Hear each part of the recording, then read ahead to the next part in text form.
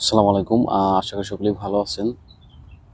তো আজকে আহ, রোমানিয়া নিয়ে আরো কিছু আপডেট তথ্য জানাবো আপনাদেরকে। যারা রোমানিয়ার জন্য ফাইল জমা দিয়েছেন বিভিন্ন এজেন্সিতে, যাদের ওয়ার্ক পারমিট চলে এসেছে তাদের জন্য আসলে আজকের এই ভিডিওটা। তো যারা বিশেষ করে রোমানিয়ায় ফাইল জমা দিয়েছেন, যাদের ওয়ার্ক পারমিট চলে আসছে, খুবই ভালো ওয়ার্ক পারমিট যাদের দ্রুত চলে আসছে। তবে এবছরে যাদের মানে রিসেন্ট ওয়ার্ক পারমিট চলে এসেছে, এবছরে কেউ অ্যাপয়েন্টমেন্ট পাবেন না। নেক্সট ইয়ারে হয়তো যে কোনো সময় ডেট পড়বে। আর যাদের ডেট পড়েছে অলরেডি, ধরেন এবছরের এখন চলে কি সেপ্টেম্বর, ধরে নভেম্বরে, কারো ডিসেম্বরে ডেট পড়েছে।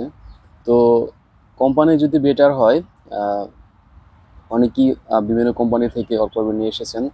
যাদের কোম্পানি বেটার, কোম্পানি ভালো, অনেক বড় কোম্পানি, অনেক পুরনো কোম্পানি, সেক্ষেত্রে কিন্তু আপনাদের ভিসা হওয়ার চান্স কিন্তু 100%।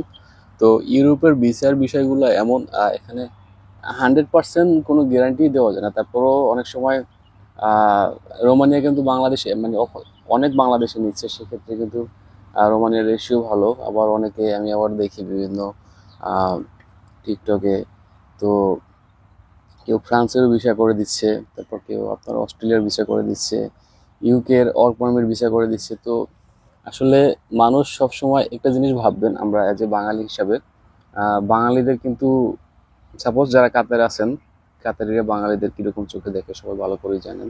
তো এটা আসলে বাঙালিদের একটা খাইসলাত বলেন, ওই কারণে আসলে বাঙালিদের ভালো চোখে দেখে না, কেউ কথা রাখে না।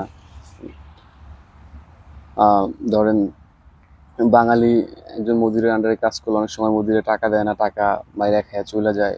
এরকম বহু রেকর্ড আছে বাঙালিদের। তো এই কারণে বাঙালিদের উপর মানুষের বিশ্বাস আহ, অনেকটা উঠে গেছে আর কি। তো যারা ফাইল জমা দিয়েছেন রোমানিয়ার জন্য, তারা আশা হারায়েন না। ইনশাল্লাহ ওয়েট করে থাকেন। এবছর যারা অ্যাপয়েন্টমেন্ট পেয়েছেন, ইনশাল্লাহ আমি দোয়া করি সবার ভিসা হয়ে যাক। আর হয়ে যাবে যাদের ভালো কোম্পানি থেকে এসেছে, সব ডকুমেন্টস একেবারে অরিজিনাল, কোনো ফেক ডকুমেন্টস নাই, সেক্ষেত্রে তাদের ভিসা হয়ে যাওয়ার চান্স খুবই ভালো, খুবই ভালো।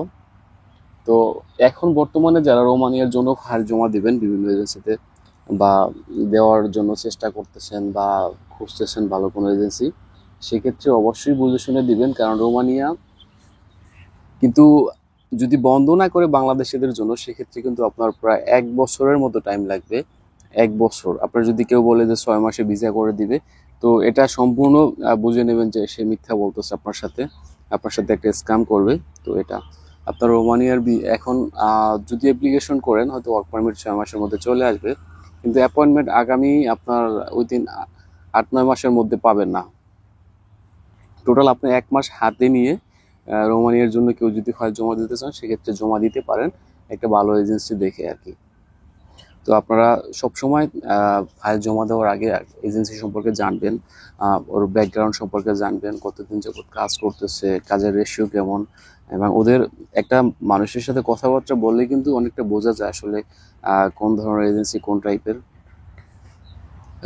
বাঙালি কিন্তু বিভিন্ন জায়গায় স্ক্যাম হয়। আসলে বাঙালিদের মন অনেক কাইন্ড। আপনি অনেক সময় অন্যান্য যারা আছে ওরা কিন্তু অনেক হিসাব নিকাশ করে বুঝে শুনে তারপর কিন্তু একটা কাজে হাত বাড়ায়। বাঙালি কিন্তু একটা মানুষের কথা শুনেই কিন্তু মন গলে যায় বা ফাইল দিয়ে যায় মানুষের মিষ্টি মিষ্টি কথায়।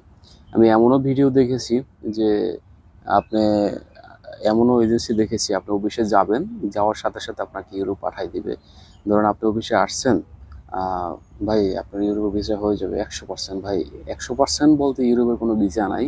আপনার যদি ওইভাবে ইয়েও থাকে, আহ, ধরেন আপনি এখানে বড় কোনো পোস্টের লোক বা গভর্নমেন্ট জব করেন, সেক্ষেত্রেও 100% ভিসার গ্যারান্টি কেউ দিতে পারবে না। এটা সম্পূর্ণ ডিপেন্ড করে অ্যাম্বাসির উপর, আপনার প্রোফাইলের উপর, আপনার ডকুমেন্টসের উপর, এই আর কি। আবার বাঙালিদের ক্ষেত্রে দেখেন অনেক সময় বিভিন্ন সেলিব্রিটিরা কিন্তু পোস্ট করে যে, যেমন কয়েকদিন আগে শবনম ফারি একটা পোস্ট করছিল যে এই পাসপোর্টের আসলে এখনো রিজেক্ট। তারপর নাদিরন গো, ও আপনার আমেরিকার ভিসা পর্যন্ত আছে, তারপরেও কিন্তু রিজেকশন দিছে ওরে। আমি রিসেন্ট দেখেছি আমার এক আহ, ভাই আর কি, তো ওনার গ্রিসের ভিজিট ভিসা আছে, ওটার ভ্যালিডিটি শেষ, আবার রিঅ্যাপ্লাই করছে ভিসার জন্য, কিন্তু রিজেকশন দিয়ে দিছে। তো সেই ক্ষেত্রে বাঙালিদের ক্ষেত্রে কখনো কেউ যদি বলে 100% ভিসার রেশিও, সেক্ষেত্রে ধরে নেবেন আপনার সাথে ওরা প্রতারণা করার ট্রাই করতেছে। 100% বলতে কোনো কথা নাই, হয়তো যে ভাই এটা হতে পারে, হওয়ার পসিবিলিটি বেশি, এরকম একটা কথা হইলে মানা যায় যে এটা হইতে পারে। গ্যারান্টি মানুষ কখন দেয়? যখন এটা 100% হবেই। তো এইটাই আসলে বলার ছিল। আর যারা অনেকেই আমাকে হয়তো চেনেন, আমাদের কোম্পানিকে হয়তো চেনেন, WMIBC। তো যারা যাদের ওয়ার্ক পারমিট চলে এসেছে তারা নিরাশ হয়েন না, আশা হারায়েন না। ইনশাল্লাহ একটু ধৈর্য ধরে থাকেন। রোমানিয়া থেকে যাদের পারমিট চলে আসে তাদের অ্যাপয়েন্টমেন্ট ডেট আমরা খুব শীঘ্রই জানিয়ে দিব, আর কতদিনের মধ্যে পাবেন। তো ধৈর্য ধরে থাকেন, অনেকটা ধৈর্য ধরেছেন অলরেডি। আর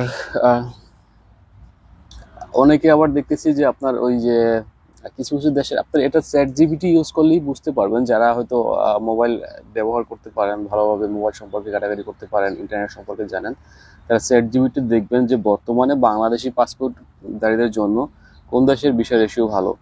তো সেক্ষেত্রে ওরা অনেকটা আপনার ধরেন 100% ইনফরমেশন না দিতে পারলেও প্রায় 60-70% ইনফরমেশন দিয়ে দেবে যে বর্তমানে বাংলাদেশিদের জন্য কোন দেশের জব ভিসা ভালো, কোন দেশের আপনার টুরিস্ট ভিসা ভালো, মানে রেশিওটা ভালো আর কি, কাতার থেকে হওয়ার চান্স বেশি।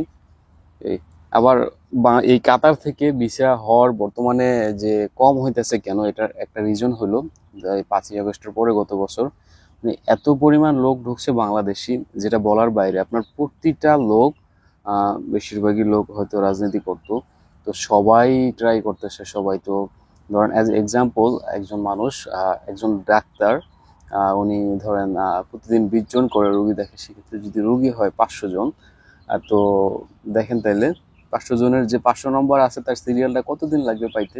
তো বিশেষ করে এই কারণে হয়েছে আপনার কাতার থেকে বিভিন্ন আপনার বিএফএস এর যে আপনার অ্যাপয়েন্টমেন্ট ডেট এগুলো পাওয়া যাইতেছে না, এইটা মেইন সমস্যা। তো এটা অতিরিক্ত অ্যাপ্লিকেন্টের কারণে। তো যাই হোক, সবাই আহ, একটু যে কোনো জায়গায় ফাইল দেওয়ার আগে বুঝে শুনে দিবেন, কারণ মানুষের অনেক কষ্টের টাকা, এই গরমে অনেক কষ্ট করে টাকা ইনকাম করেন।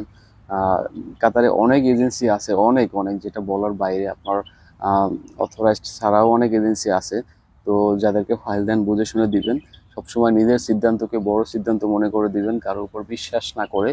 নিজে যদি আপনার কাছে ভালো মনে হয় তারপরও যাচাই বাছাই করবেন, মানুষের কাছ থেকেও জানবেন, তারপর নিজের মতামতের উপর ভিত্তি করে আপনি একটা কাজে আগাবেন। এই আর সবাই আমার জন্য দোয়া করবেন। ইনশাল্লাহ পরবর্তী কোনো ভিডিওতে দেখা হবে, আপনাদের সাথে কথা হবে।